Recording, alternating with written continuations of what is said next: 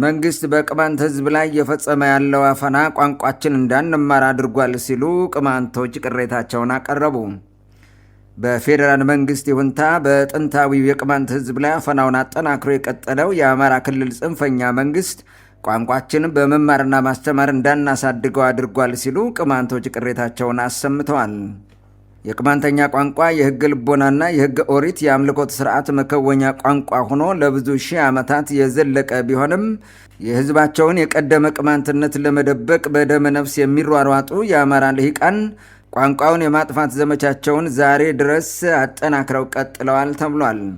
የቅማንትን ህዝብ በአዋጅ ቁጥር 7/1984 ዓ.ም ለማጥፋት በሰራው ክፋት በኢትዮጵያ ለመጀመሪያ ጊዜ 14 ብሔር ተኮር ክልሎችን በሽግግር መንግስቱ ዘመን የመሰረተው ህወሓት መራሹ ኢህአዴግ በ1977 ዓ.ም ህዝብና ቤቶች ቆጠራ 166973 ቅማንተኛ ተናጋሪ አለው የተባለውን ታሪካዊ ህዝብ ቋንቋው ሙቶ ህዝቡ አማራ ሆኗል በሚል በሰራው የፖለቲካ ሻጥር የቅማንተኛ ቋንቋ በከፍተኛ የመጥፋት አደጋ ውስጥ እንዲቆይ ማድረጉን የቅማንት መብት ተሟጋቾች ለጃኖ ቅማንት ሚዲያ ገልጸዋል። መላው የቅማንት ህዝብ በ1999 ዓ.ም በተቆጠረው ብሔራዊ ህዝብና ቤቶች ቆጠራ መላው የቅማንት ህዝብ በ1999 ዓ.ም በተቆጠረው ብሔራዊ ህዝብና ቤቶች ቆጠራ ህወሓት መራሹ የኢህአዴግ መንግስት የቅማንትን ህዝብ ሙሉ በሙሉ መሰረዙን ተከትሎ ቋንቋውን፣ እሴቶቹን፣ ባህሉን፣ ታሪኩንና ሌሎች የማንነት መገለጫ የሆኑ ጸጋዎችን ለመጠበቅ ህገ መንግስታዊ ጥያቄ ቢያነሳም እስከ ዛሬ ጥያቄው ሙሉ በሙሉ መሬት እንዳይነካ ተደርጎ ቋንቋው እንዲጠፋ በአማራ ልሂቃን በኩል እየተሰራ መሆኑን በርካቶች ገልጸዋል።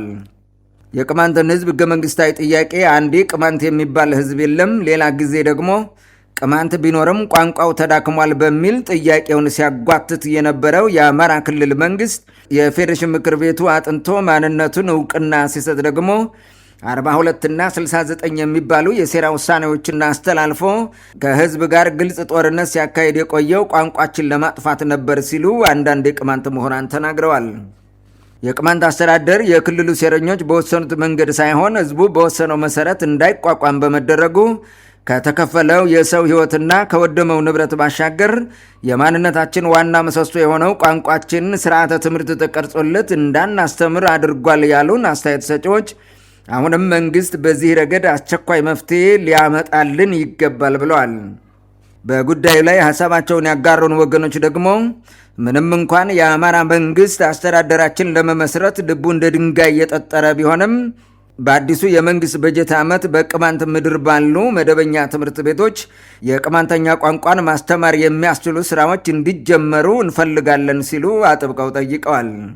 በቅማንት ምድር ባሉ በርካታ ወረዳዎች በመሪነት የተቀመጡ ግለሰቦች ተጨፍነው ጸረ ቅማንት ስራዎችን እየሰሩ ጊዜያቸውንና ባጀታቸውን ከሚያጠፉና ከህዝብ ጋር ጠላትነትን ከሚሰብኩ ይልቅ ቅማንተኛ ቋንቋ በመደበኛ ትምህርት ቤት እንዲሰጥ በማድረግ ከህዝቡ ጋር የሚያስታርቅ ስራ ቢሰሩ ይሻላቸዋል ሲሉ በርካቶች አስተያየት ሰጥተዋል። በቅማንት ህዝብ ላይ የሚደረገው ግፍና በደል በሰው ልጆች ቋንቋና ስሜት የሚገለጽ አይደለም ያሉን አንዳንድ አስተያየት ሰጪዎች ታሪካዊውን የቅማንተኛ ቋንቋ መጠበቅ የቅማንት ህዝብ ኃላፊነት ብቻ ሳይሆን የመላው ኢትዮጵያውያን ግዴታ ነበር። እንዳለመታደል ግን ድንቁርናችን ቀንድ በማብቀሉ ቋንቋውንና ህዝቡን አጥፍቶ ለመቅበር እየተሰራ ነው ብለዋል። የኢትዮጵያን ታሪክ ወደ ኋላ ሂዶ ለማጥናት ስነ ልሳናዊና ስነ ሰብአዊ ጠቀሜታው እጅግ የጎላ መሆኑ የሚመሰከርለት ቅማንተኛ እንደ ግዕዝ፣ አማርኛ፣ ትግርኛ፣ ጉራግኛና አገውኛ የመሳሰሉ ቋንቋዎች መገኛ መሆኑን የሚያመላክቱ በርካታ መረጃዎች ቢኖርም ለቋንቋው የተሰጠ አንዳች ትኩረት አለመኖሩ እጅግ አሳዛኝ ነው ተብሏል። በታሪክ ሊባንት ተብሎ ከሚጠራው ምድር ጀምሮ ምስራቅ አፍሪካን በመግባቢያነትና አምልኮት በመከወኛነት ለበርካታ ዓመታት ሲያገለግል የኖረውን ታላቅ ቋንቋ በዚህ ደረጃ ለማጥፋት መስራት ለሀገራችን እጅግ አሳፋሪ መሆኑን የዘርፉ ምሁራን ገልጸዋል። በየብሔሩና በየዘውጉ የተከፋፈለችው ኢትዮጵያ በተሳሳተ መንገድ የተተገበረውን ህወሓት ወለድ ህብረ ብሔር ፌዴራሊዝም ተከትሎ እያንዳንዱ ህዝብ በየመንደሩ ተከልሎ ስለ ራሱ ብቻ እንዲያስብና እንዲሰራ በመደረጉ የሁላችንም ኢትዮጵያውያን ሀብት የሆኑ እንደ ቅማንተኛ ያሉ ቋንቋዎች በአሳዛኝ ሁኔታ ለአጥፊው የአማራ ልሂቅ ተላልፈው ተሰጥተዋል ተብሏል። በብሔር ስም እየማለና እየተገዘተ ከጫካ ወደ ስልጣን የመጣው ህወሓት መራሹ ኢህአዴግ ስልጣን ከያዘ 1 ዓመት ሳይሞላው የቅማንትን ህዝብ ከህልውና በመሰረዝ በውስጡ ጸረ ሌሎች መሆኑን ያስመሰከረበት ታሪክ ቢያሳዝንም እርሱን ተከትሎ የመጣው የብልጽግና መንግስት የከፋውን እየፈጸመ ይገኛል። መላው የቅማንት ህዝብ ጥያቄውን ከማስመለስ መደበኛ ትግሉ በተጨማሪ መንግስት በሁሉም የቅማንት ምድር በሚገኙ ትምህርት ቤቶች መደበኛ የቅማንተኛ ቋንቋ ትምህርት እንዲጀምር በተደራጀ መንገድ መጠየቅ አለበት ተብሏል። የቅማንት ምሁራንና ተቋማት በዚህ ረገድ የሚኖራቸው አስተዋጽኦ ትልቅ መሆኑን የሚገልጹ ወገኖች በበኩላቸው የመብት ጥያቄያችን እስኪመለስ ድረስ የቋንቋ ትምህርቱ ጎን ለጎን እንዲሰጥ በትብብር መስራት አለብን ብለዋል።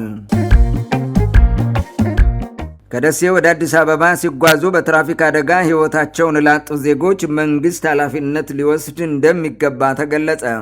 ዛሬ ሰኔ 8 ቀን 2018 ዓ.ም በደሴና በኮምቦልቻ መካከል ሐረጎ በተባለ ቦታ በደረሰ አሰቃቂ የትራፊክ አደጋ 33 ሰዎች ሲሞቱ በርካቶች ደግሞ ከባድና ቀላል የመቁሰል አደጋ ደርሶባቸዋል። አደጋው እንደደረሰ ወዲያውኑ የ28 ሰዎች ሕይወት የጠፋ ሲሆን ከባድ ጉዳት ደርሶባቸው ሕክምና ከገቡ በኋላ የብዙዎች ሕይወት እያለፈ መሆኑ ታውቋል። ጉዳቱን አስመልክቶ የኮምቦልቻ ከተማ አስተዳደር ፖሊስ መምሪያ በሰጠው ማብራሪያ የሟቾች ቁጥር ከ28 ወደ 31 ከፍ ማለቱን እና 33 ሰዎች ደግሞ ከባድና ቀላል የመቁሰል አደጋ ደርሶባቸው በደሴና በኮምቦልቻ ሆስፒታሎች በሕክምና እየተረዱ መሆናቸው ተነግሯል። የአደጋውን መንስኤ በተመለከተ በአካባቢው ማህበረሰብ ዘንድ የተለያዩ አስተያየቶችና ቅሬታዎች እየቀረቡ ሲሆን በዋናነት ከደሴ ኮምቦልቻ ተሻሽሎ ሊሰራ እቅድ ተይዞ የነበረው የመንገድ ስራ በክልሉ ባለስልጣናት ተስተጓጉሎ መቅረቱ ነው የሚለው ጎልቶ ይደመጣል። ለዚህ አሰቃቂ አደጋ በዋናነት ስሙ ጎልቶ የሚነሳው የቀድሞው የአማራ ክልል ፕሬዚዳንት የአሁኑ የፌዴሬሽን ምክር ቤት አፈ ጉባኤ አቶ አገኘሁ ተሻገር ሲሆን በእርሱ የስልጣን ዘመን ከደሴ ኮምቦልቻ ያለውን አስቸጋሪ መንገድ ከ8 ኪሎ ሜትር ባነሰ የሚያሳጥር ፕሮጀክትና ፕላን በአካባቢው የዘርፉ ምሁራን ተዘጋጅቶ ቢቀርብለትም ይህ አንገብጋቢ ጉዳይ አይደለም በሚል እቅዱን ውድቅ አድርጎት እንደነበር ተሰምቷል። ከ30 በላይ የሚሆኑ ዜጎችን ሕይወት የቀጠፈውና በአቶ አገኘሁ ተሻገር አንገብጋቢ አይደለም በሚል ተራ ቃል የታለፈው የደሴ ኮምቦልቻ መንገድ በክልሉ የተሽከርካሪ አደጋ ከሚበዛባቸው አስቸጋሪ ቦታዎች አንዱ እንደሆነና ከዚህ በፊት አደጋው ከደረሰበት ሐረጎ የተባለው ጠመዝማዛ ቦታ በርካታ አደጋዎች ተከስተው እንደነበር የአካባቢው ነዋሪዎች ተናግረዋል።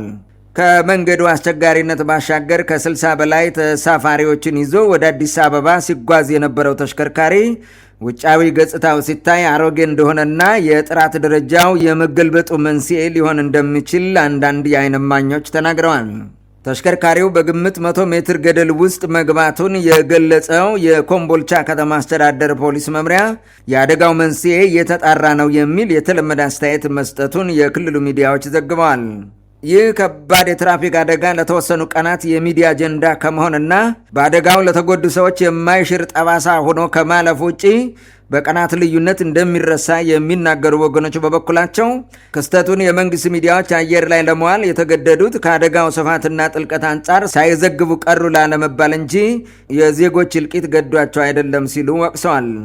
የአማራ ብልጽግና በክልሉ ለሚፈጠሩ ተፈጥሯዊና እንደ ትራፊክ አደጋ ያሉ ሰው ሰራሽ ችግሮች ከመንግስቴ ጋር ቀጥተኛ ግንኙነት የላቸውም ብሎ ስለሚያምን ብዙም ትኩረት እንደማይሰጣቸው የጠቆሙት አስተያየት ሰጪዎች ለልማት ስራ መዋል የነበረበትን በጀት ለጦርነት በመዋሉ ምክንያት እነዚህ አደጋዎች ሊባባሱ እንደሚችሉ ግን ግምት ውስጥ የማስገባት ፍላጎት የለውም ሲሉ ተችተዋል።